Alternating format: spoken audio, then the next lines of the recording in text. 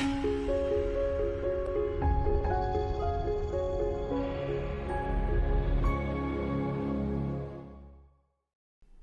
in the last video, we actually coded a very simple linear regression model from scratch in Python as well.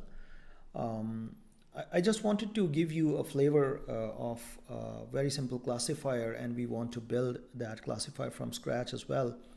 And next we will also be implementing from scratch the k-means clustering algorithm, just to give you a look and feel of what the algorithms, how can we implement different algorithms. And after these implementations, we will then be using the models from Scikit-learn or Scikit-learn for different kind of models. But having implemented these kind of models, even simple models once, gives actually a confidence that we can build our own models if we want to. And the implementation can be done even if the Scikit-learn is not available. But I will always recommend to use Scikit-learn because the stable algorithms are there. But because this course actually teaches what machine learning is, it is always good to write something from scratch to go in depth, to actually gain the in-depth knowledge of what is happening inside. So continuing that series from linear regression onwards, I'll be implementing a very simple kind of classifier in this particular video. First, I will give you a look and feel of what that classifier means, what are the parameters here, and then we will be going to Jupyter Notebook to actually implement that classifier. So the setup for this example is the following. Let's say we have two features. Let's say x1 and x2. Let's say two-dimensional data. We have two features. And let's say we have a target label, and assume we have binary classification problem. Let's say we have just two classes. Maybe we can have more classes, but let's say we have just two classes. We have this feature value, some value, this feature value, some value, and that is, let's say, class -1. And we have this feature value, some value, this feature value, some value, and that is class 1, and so on. So we have, let's say, a lot of data. That is data of x1, x2 belongs to two features, and their target labels, the labels are -1 and 1 and -1 and 1 and whatever the labels are. So that's the data. So the goal is to build a function to come up with a model that, given a feature vector, recognizes its class label. And we will be evaluating the performance of our model on training data. Later on, I will be telling you in upcoming videos, I'll be telling you the better evaluation models. Right now, we'll be evaluating the performance of the model on the training data. So what minimum to mean distance classifier does, what this particular model does, as the name suggests, is the following. What you do is you separate out all the data of class -1. Let's pick all the data of class -1, that's x1, x2 values, all the values of class, all the data samples of class -1. Then pick all the data samples, just separate out all the samples of the data of class 1. So they will be having their data samples, maybe equal number of samples or maybe unequal, but no matter. Then what you do, you compute the average feature vector. The average feature vector means you compute the average first feature, that value, whatever the average or mean is. Then you compute the mean value of the second feature, whatever that is, and that is the average mean or the average feature vector for class 1. We call that feature vector as representation or representative of class 1. Similarly, compute the average feature vector for class 2 or another class just by computing the mean of everything. Now, so that's this value and that value. Now, you will classify a particular feature vector, a particular sample, into one of the classes based on to which average, to which mean it is closest to. For example, you have this particular data point with values 2 and 4. You compute the distance of this from this sample from the class -1 wala mean, the class -1 mean, and you get a distance, for example, Euclidean distance maybe, which means 2 minus this value and 4 minus this value, and then just add them up after squaring them. So that will be a distance from with minus 1, distance 1. Then you compute the distance from this mean, and then that might be d2. If d1 is smaller, that means this is more similar to class minus 1. If d2 is smaller, if the distance d2 is smaller than d1, then that means this is more similar to class 1. So in that case, we classify this point in either of the classes based on which distance is minimum. You might be wondering, what are the parameters in this model? What are the parameters? Basically, the parameters are these mean values. We actually learn these values from the training data. But here, the learning process and finding of the parameters is so simple. You just take the mean values and you get your parameters. But the parameters really are these mean values. The model is so simple that estimating the parameters in this particular case is just a piece of cake. But the estimating the parameters in different kind of models may be very tricky and very hard. Take an example of deep neural network. The estimating the parameters is not that simple in that case. So that's the whole model, which is called minimum to mean distance classifier. I've just chosen a very simple model just to implement that model from scratch.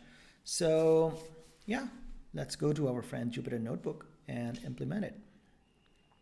So in the next video, I'm going to implement this classifier in Jupyter Notebook and will show you the performance on synthetic data. So hope to see you in the next video. In this video, we are going to talk about minimum distance classifier that we just introduced in the last video. So let's generate some synthetic data just to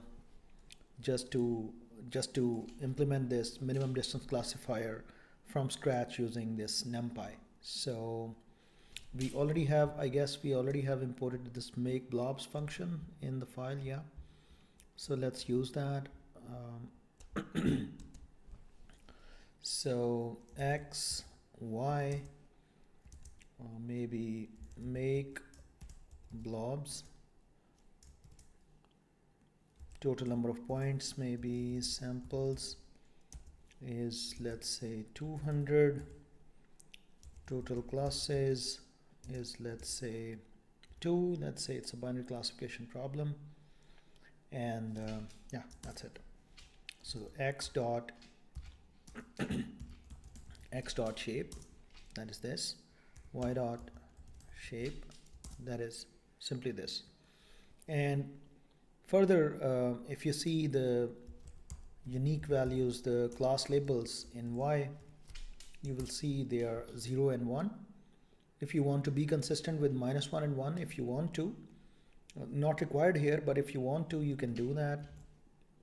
Y, where y equals to 0, just copy a -1 there. Wherever there is a 0, just copy -1. And now if you see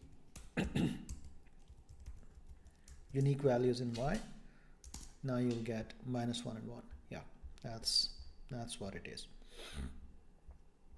So now what we really do is we can have a plot. We can just have a plot, scatter plot, plt dot scatter, just to see what the data looks like. X, we have used such plots earlier a couple of times as well, but let me just give you the plot again just to get a look and feel. So see, the class is just y. So that's the data. That's how it looks like. So let me change the color map so that you can see the plot. And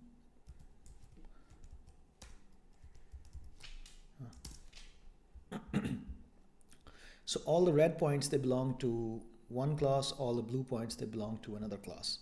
So that's the scenario. Now, how to build a minimum distance classifier? Remember, we first have to compute the means. So means of class 1, means of class 2. So first of all, separate out the data for class 1. Let's say the data of class 1 is, so first find out the index of all the points. So wherever there is, let's say our class 1 is with the label 1. So first of all, find out the indices where this, where the class 1 is there. So now x1 is simply x, all the rows that are of is this index, just pick all these rows. So that is all the data of class 1. If you see how many points are there in x1, there are 100 of those, so exactly 100 of those.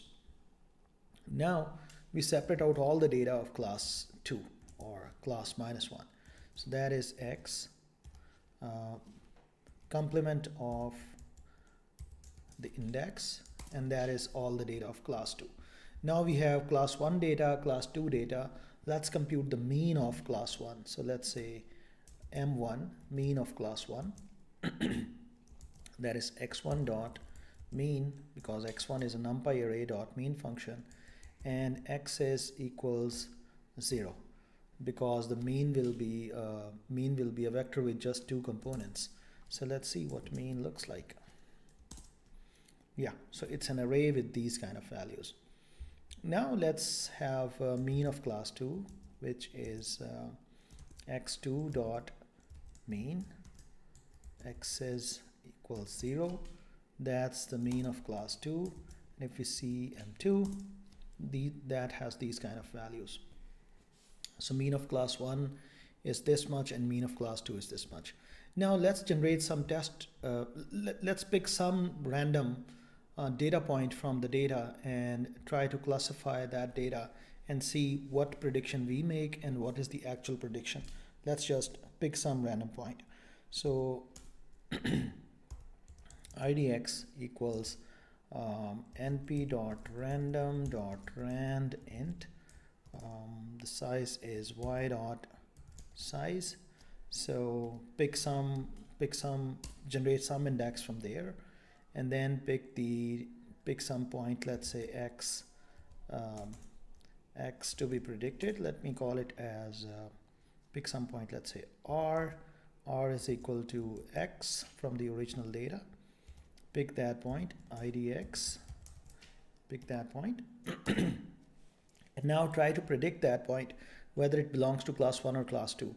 Actually try to predict whether it is closer to class 1 or is it closer to class 2. So let's compute the d1, the distance of r from mean 1, and because that's Euclidean distance, let's take the square distance, and then just because we need to compare, just compute the square distance and sum. If let's say d2 is the same thing, but we replace mean 1 with mean 2, and let's see what happens here. Yeah, mean 2, and now we basically compare whether d1 is smaller or d2 is smaller. So let's compare. Let's apply an if condition. If d1 is smaller than d2, then print the true label is y idx, that's the true label, and the label we just predicted is 1. Else else simply print the other way around. So let's see that. Print -1. So we have true labels and we have this thing, and we pick some point from the training data just randomly, and let's see. Oh, whatever we predicted, actually it is that. So let's try again. It's correct again. It's correct again. Oh, every time it is picking. Oh, it's correct again. I mean, yeah, it is working very well on training data. So minimum distance classifier. So that's what basically just to give you a look and feel of a minimum distance classifier. The model was very simple. The parameters we computed here were just the mean values, But later on we will see that there are a lot of other models with different kind of parameter settings and optimization algorithms and all that stuff. The purpose of this video was just to give you a look and feel of what is a classification model in general. Yeah, so in the next video I'm planning to basically give you hands-on experience on clustering algorithm as well. So we will be building k-means clustering algorithm from scratch on Jupyter Notebook as well. So hope to see you in the next video.